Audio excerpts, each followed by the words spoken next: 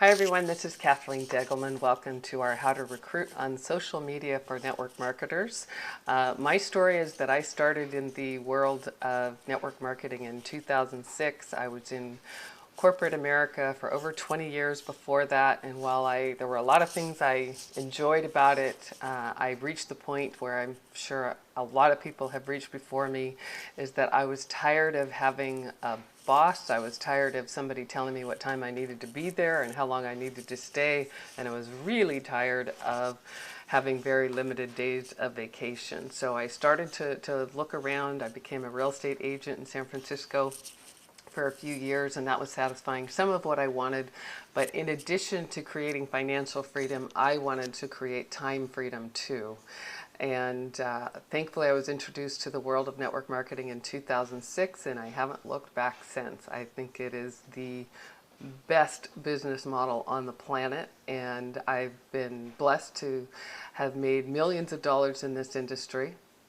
And I am very, very happy to be here. I love that our industry, according to Robert Kiyosaki, and I believe it to be true, is credited with developing the whole person, financially, spiritually, personally, emotionally.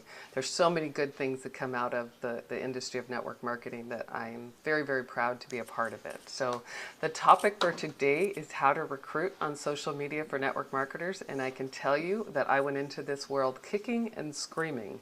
About probably 3 years ago, an assistant that was working with me, a much younger, wonderful, beautiful gal named Anne, basically dragged me into the world of Facebook. And at the time I just said, why do I need another inbox? I can't keep up with the one that I have. I didn't get it. And she said, you're going to go through a learning curve. You're not going to like it at first. Then you're going to slowly actually come around, then you're going to get it. And she said, you'll reach the point where you'll wonder how you lived without it. And I can't believe it, but I am there. I love social media, and in the last year I have sponsored over 65 people from Facebook, LinkedIn, and Twitter. So let's get started. I'm just going to share with you some of my tips, some of my do's and don'ts for how to recruit on social media, for how to be more effective in terms of recruiting and prospecting. So I'm going to enlarge this screen and we'll get started. So these are the major social media sites to focus on, in my opinion. We've got Pinterest, Instagram, LinkedIn, Facebook, YouTube, and Twitter. What I would encourage you to do is to set a goal to recruit. If you're just getting started, set a goal to recruit at least one person per month if you're just getting started. And if you've been at this for a while, then set a goal to recruit one person per week every week using one of these tools. Facebook is obviously the giant. It's always changing. It's great for prospecting. Interaction is really, really important on Facebook, and we'll talk about that. Lifestyle pictures are also really important. I have only recently added Instagram just in the last 10 days. It's actually really fun, and it's definitely hot right now. It's growing like crazy. Hashtags are really important on Instagram, and I was fairly new to that. What I'm reading is that younger people are checking Instagram now first before they check everything else. So in terms of Instagram, the only place you can have a link is in your profile. So take a look at my Instagram profile, Kath Deg, and you can start to get a sense of how it works. LinkedIn is great for the more professional community, more business-minded. It's great to interact with people in groups that resonate with you. YouTube, what's so great about YouTube is because videos are so important. They're more personal, people see you, and it's a great way to brand you. So videos are key in this world. Pinterest is really popular with women. It's a great place for inspiration. Gorgeous pictures are important here. And Twitter is also very powerful. Twitter's trying to be more like Facebook. Images and hashtag matter here too. One of the cool things about Twitter is you can search on the topic that relates to your business. So when you're in your Twitter feed, you can search on I need to lose weight, or I have acne problems, or I want to look younger. All the people that come up on that are your potential leads, and you can start connecting with them. So I would encourage you that if you're new to this, or feel like you're just kind of getting your feet wet, focus on one or two and master that before you add another one, because otherwise I think it could be quite overwhelming. And the other thing I would really encourage you to do is to be patient. This takes time. It doesn't happen overnight. It takes time and effort and strategic thinking to create a following and to create connections with people. And probably the biggest mistake people make is they try to connect with people too quickly. They try to pitch too fast. I would encourage you to create a daily social media routine. You know, choose the one or two that you're going to master, that you're going to focus on, and then create a social media routine for that. You know, it's Sunday night or Monday morning, and think about the posts, think about the topics that you want to cover, the personal pictures that you're going to share, the resources that you're going to reference, and map it out. It's fun to be organic. On a daily basis, you know, you're out and about and you see a picture that you want to share, or a moment that you want to capture and share with people. That's great, but it's also good to set a strategy at the beginning of the week for what you want to accomplish, for how many people you want to make connections with, and to incorporate that into your daily routine. So first I want to talk about what doesn't work. And what doesn't work, and what I see happen very often, because I get a lot of messages like this in my inbox too, is the interaction can be very one way. You need to be commenting on your comments. You need to be liking your likes. You need to retweet your tweets. I think why most people fail at prospecting online is it can't be a one-way street. You've got to interact with people, and you don't want to be too pitchy. I'm making fun of this used car salesperson here, but if you come out of the gate right away with your link or your opportunity or your products, or why this person needs this, you're going to come off a little bit like this guy in the picture. You need to connect with people and relate to them first. Remember, in social media, you want to be posting 80% value, inspiration, lifestyle content, and 20% business. You have to provide value. That is what is going to draw people to you. And this may be hard to hear, but your business is where it is today because of what you have put into it. You have to be willing to do the work if you want to get the results. And building a social media following takes time. You know, like I said, it doesn't happen overnight, but it's like anything. If you do it consistently, you know, a little bit every day, if you have 30 minutes, great. If you have an hour, great. I don't know that you need to spend too much more time than that. You can accomplish a lot in 30 minutes. But if you set a goal at the beginning of the week that you're going to connect with at least 5 people this week, or 10 people this week, or 5 people every day, and you do that consistently for a month, it's amazing what you will be able to create in terms of a strategic following. So again, this needs to be interactive, and you need to provide value. I see so many people just putting up their links. You know, it starts to look like, look at me, look at me, look at me. When you want to engage with people, the best way to do that is to ask questions and listen. When you are sending a private message to somebody, make sure that your first couple of messages are completely link-free. If you put your link in your first message, I mean, those are the kind of messages I often get because I get pitched several times a day on a new product or a new opportunity.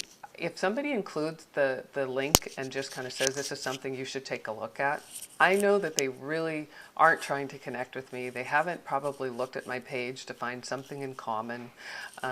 They haven't complimented me on anything. It's all about them. And so we don't spend a whole lot of time on those messages. So I would really encourage you that your first couple conversations should be link-free. Don't pitch. And a mentor just told this to me recently: don't tell the end of the movie too soon. You want to create curiosity.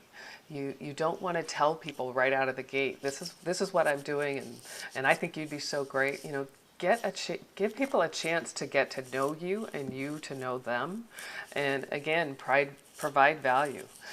Interact with people. If you find somebody online that you think you would connect with, spend a moment or two and look at their profile.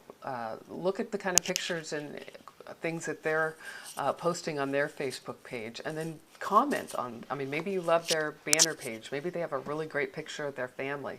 Comment on that and compliment them and engage them in a conversation long before you send your link and say this is something you have to look at. We don't pay attention to those kind of messages. The amount of value you give is directly equivalent to how much money you make. And there's lots of different ways to provide value. You can source great blogging sites. You can refer to great resources for people, depending on what your niche is. You know, find a few resources that you're going to refer to regularly because they resonate with the crowd that you want to attract. There's lots of different ways to provide value. You can blog, you can provide great inspirational quotes every day, you can provide posts or tweets that make people laugh, that make people think. But as you're trying to engage with people, definitely think what is the end result? What do you want to do? Your community, the bigger your value is, the bigger your community is. Take the time, take an interest and find a need. Again, this takes time. You've got to have some patience. Don't be in a rush to sell somebody on why they need to be with you in your business or to try your products, whatever that is. If you take time, people will actually appreciate that you're connecting with them. Have several conversations back and forth, and if it seems like it's somebody that you do connect with, you know, get on the phone with them. I think a lot of times we stay online too long when really we should be talking voice to voice. Give people a chance to share with them what is going on with them. So again, interaction is key. These are the types of posts that I would encourage you to post on a regular basis. I mean, everybody's going to have a different bandwidth of what they can do. I'm posting on average 4 to 6 times a day. Sometimes it's a little more, sometimes it's a little less. You know, choose what is going to work for you in your schedule. But as always, I would encourage you to stretch a little bit. If you think you can post twice a day, maybe you can post 3 times a day. And these are the different types of posts. Lifestyle is key. People love to see what you're doing, what you're up to. You know, not necessarily what you had for breakfast. I saw something recently where Facebook posted how many pictures of food had been posted that day. I mean, sometimes it's interesting to share, you know, some fabulous thing that we just ate. Like I shared a gelato that I just got to eat in Italy last month. But, you know, if you're out and about and there's just a beautiful view or just a really interesting piece of architecture or a statue that resonated with you when you were on your morning walk, I mean, share interesting lifestyle pictures, fun pictures that make people curious as to what you're up to. And one of the things that's trending right now, I think especially on Facebook, is more stories. People, we're all putting a lot of quotes out there that are short, to the point, you know, often very inspirational, but people love the stories too. Like, you know, something that happened to you when you were young, something that happened to you in your business last week.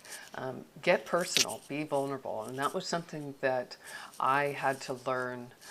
It took me a while to learn that because coming from the very corporate American background, getting personal online was something that I kind of felt like, you know, that was reserved for, you know, just family and friends. But the more professionally personal you are and the more sharing of what's really going on for you on your posts, the more people are going to get to know you, and you're going to attract the people that resonate with you, and the bigger your following will be.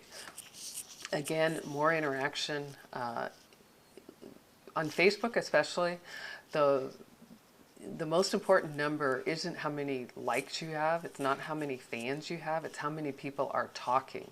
I mean, somebody might have several thousand fans, but if 10 people are talking, one of the reasons for that might be because they're not interacting with their following. So make sure that when somebody comments on your comment, you comment back. Keep the conversation going. I've looked at some pages, and I've been guilty of it in the past too, where somebody will ask a question and I didn't see it for a week. You know, that tells the other people that are following you that you're not really paying attention, that you're not really engaged, and that maybe it's a little bit more about you than it is about them. The more you interact, the more people are going to know that you're there and that you actually really are interested and that you care about the people that are attracted to you. One of the posts you can do is to ask random questions. Questions like, you know, what inspires you the most in your life? What do you love the best in your life? If there was one thing that you could change in your life, what would that be? That provokes some interesting conversations, and it's a great way to get to know people and improve the interaction. Inspirational quotes are always great.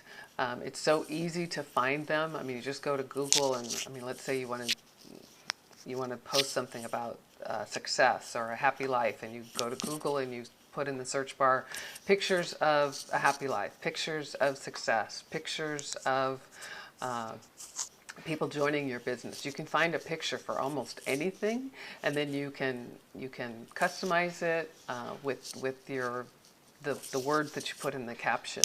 So inspirational quotes are great. We're always looking for ways to be inspired, and I know on a regular basis I'm inspired by the quotes that I see on my on all the different forums that we have. Share resources. This is one that I just learned about recently. I mean, whatever your niche is, I mean, mine is beauty and wellness, so I'm starting to share beauty bloggers. My niche is also entrepreneurs, so I'm starting to share things like Tony Robbins, Robert Kiyosaki. Find a few resources that you can post on a regular basis. The resources that you're sharing will really appreciate you, and you will become connected to all of their fans and following too. Congratulations are also really big on all the different social media sites. People love to see other people succeeding, and it's one of the ways that you can raise the curiosity as to what's going on with you and your business. This is just, I'm going to share with you a couple of examples. This is a post that I put up on Facebook for Mother's Day last week. And basically 2,000 people liked it, and there were almost 1,000 shares. Now this doesn't happen all the time, but I think the reason why this resonated is it's a very attractive picture from a photography sense. It's a great caption. A pretty face gets old, a nice body will change, but a good woman will always be a good woman. But I also think it's because I personalized the message. I said, love this message. We should all hope to be arm in arm like this someday. I took my mom to her 70th high school reunion earlier this year. I looked around at all the women's faces and just thought about how many birthday cakes they had made, how many Christmas dinners they had hosted, how many smiles they had shared, and tears they had shed. Here is to lives well lived. Happy Mother's Day. And I think the reason why this went viral is because I think it's a great image, it's a great message, and I personalized it. I think it was partly because of the story that I included.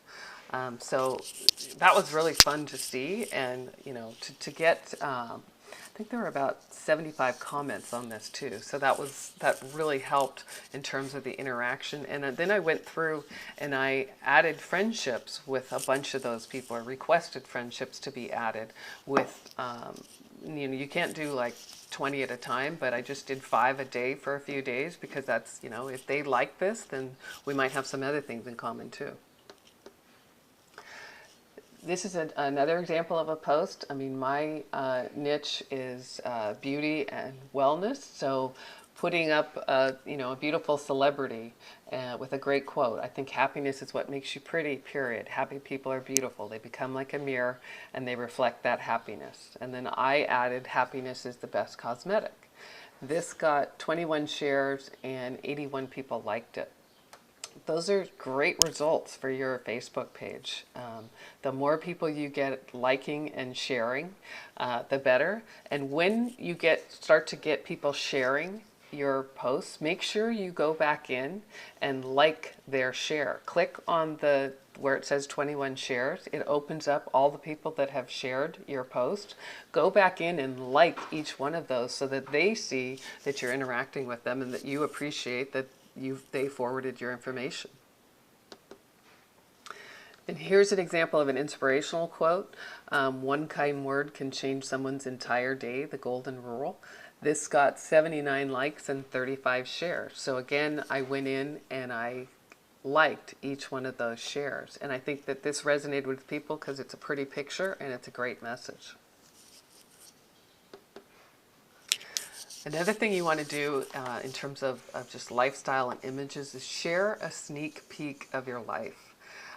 People, if you really want to, get yourself out there, you're going to have to share a little bit about who you are, what you're up to, and some of the people that you are in your life. I mean, it can be your spouse, your significant other, it can be your friends, your family, your kids, your team, but people want to see real pictures of real people doing fun things. So share pictures of you and your family and friends, and like I said, that wasn't easy for me in the beginning because that little voice inside of you comes in and says, who cares about that? Well, they actually do, and they appreciate that you're being vulnerable. So if it feels a little risky at first, just try it. The more you do it, the easier it will become.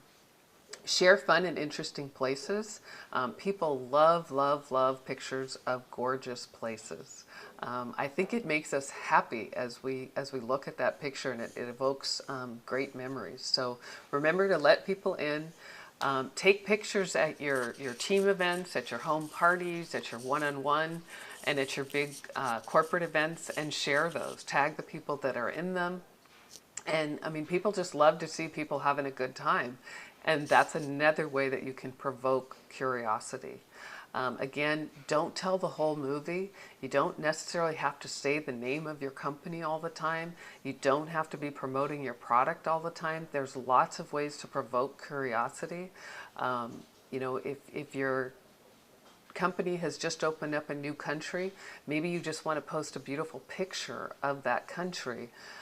Nothing to do with corporate or a logo or anything like that, and just say excited to get to start building here. Something more like that, as opposed to, join company X, we're coming here, who do you know, blah, blah, blah. All of that starts to sound like spam. I'm sorry to say, but it does. And again, make sure you respond to people who like your post. I can't emphasize that enough. So when you're reaching out to people, whether it's on Instagram or LinkedIn or Twitter or Facebook, make sure you are not sending a cookie cutter message. If you could cut and paste the same message to dozens of people, then it's not nearly personal enough. And we see that from a mile away. Make sure you use their name. Spend a moment or two and look at their tweets, or look at their LinkedIn profile, or the pictures that they're posting on Facebook. Find something that you can comment on them that is personal about them. Find something in common that you have together and share that. Make sure you spend a moment or two and look at their profile first. Otherwise, you're going to look like somebody that's in this for you, not for them. And make sure you spend a moment and we don't want to spam people. Make sure that you're commenting on people that are right for you. Recently, I saw somebody that was showing up on my page a lot, and so I went and I checked out their profile. I was going to send them a message, but I looked at some of what they were writing, and I just thought, this isn't a person necessarily that I want to connect with. They weren't very positive. They were putting some pretty negative things up there, and I just thought, next, make sure you're looking for positive people and for people that will really resonate with you. And again, make sure that your first few conversations and your personal messages are link free. Oh, where'd I go? These are some great leading questions when you're starting those connections, when you're starting to send a personal message with somebody to connect with them. You know, you could say, I noticed that we have this in common. I really love your banner picture, or that's a really cute picture of your kids. And then just ask them some questions. What do you do? How long have you been doing that? Have some engagement going back and forth. Have you ever thought about doing anything else? I love to travel. Do you? Do you have a plan B? And, you know, I wouldn't start the conversation with this, but do you make the money you want? Do you make the money you need?